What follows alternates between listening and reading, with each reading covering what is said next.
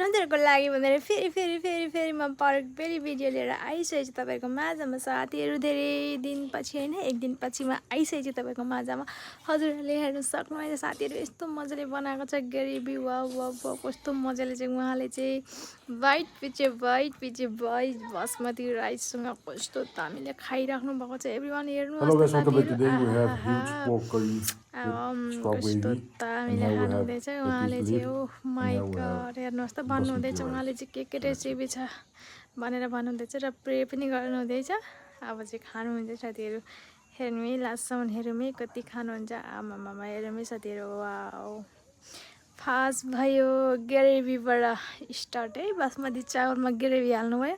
अमाउनुहुन्छ होला है साथीहरू, हेर्नुहोस् त उहाँले मासुबाटै सुरुवात, फर्स्ट अफ अल मासुबाट हेर्नुहोस् त साथीहरू। बोसो र कस्तो मजाले बनाउनु भएको छ उहाँले।